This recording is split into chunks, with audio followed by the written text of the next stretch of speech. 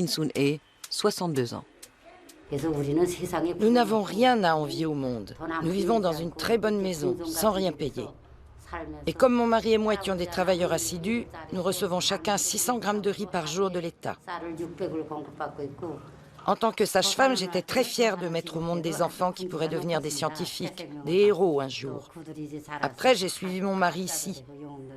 J'étais si fière d'être une agricultrice qui remplissait le pot de riz du pays.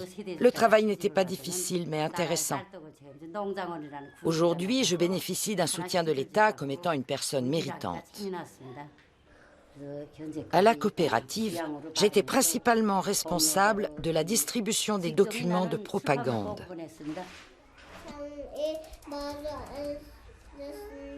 Sur la table, il y avait du gâteau de riz gluant, des boulettes de riz cuit à la vapeur, de la pâte sucrée de haricots, des crêpes de riz et même de la viande. Ces petits-enfants doivent croire que la Corée du Nord est un pays de cocagne. Le traumatisme de la famine est encore profondément ancré dans les esprits.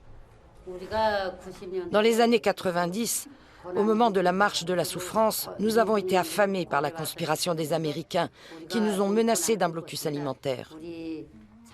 Mais finalement, avec la conviction intérieure que notre général est avec nous dans la lutte, nous avons survécu à cette grande difficulté. Nous avons remporté la victoire.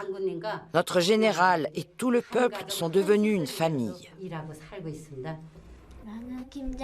Je veux être un ingénieur agronome qui sert le maréchal Kim Jong-un. J'espère que notre maréchal restera en bonne santé longtemps.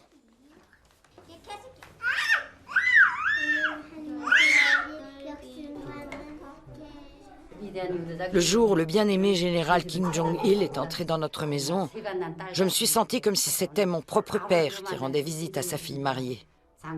Le général a salué le fait que mon mari et moi avions joliment décoré la maison, et j'ai été très heureuse.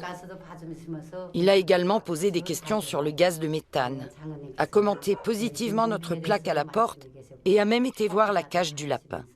Le bien-aimé général m'a demandé si le téléviseur fonctionnait bien. Je lui ai dit que je regarde la télé tous les jours.